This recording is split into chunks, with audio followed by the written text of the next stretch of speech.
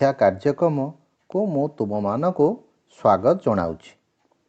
ଆଜି ଆମେ କେତେଗୁଡ଼ିଏ ପ୍ରାକୃତିକ ଘଟଣାବଳୀ ବିଷୟରେ ଜାଣିବା, ଯେପରି ବର୍ଷା, ବନ୍ୟା, ମରୁଡ଼ି, ବାତ୍ୟା ଓ ଭୂମିକମ୍ପ ପରି ବହୁ ପ୍ରାକୃତିକ ଘଟଣା ଘଟିବାର ଶୁଣିଛେ ଏବଂ ନିଜେ ମଧ୍ୟ ଦେଖିଛେ।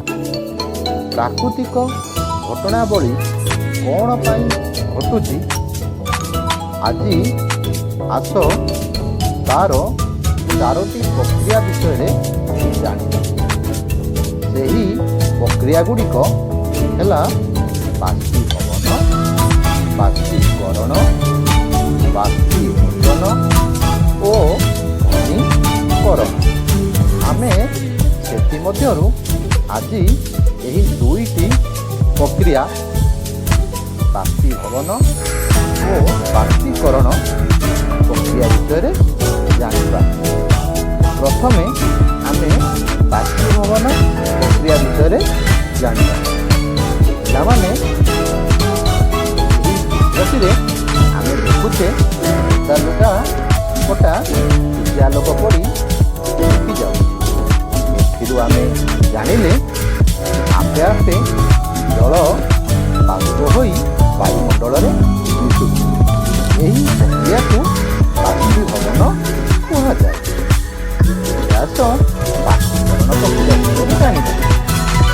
ତାମାନେ ମୋ ମା ପାଣି ଗରମ କଲା ସମୟରେ ପାଣି ଫୁଟି ସେଥିରୁ ବାମ୍ଫ ବାହାରେ।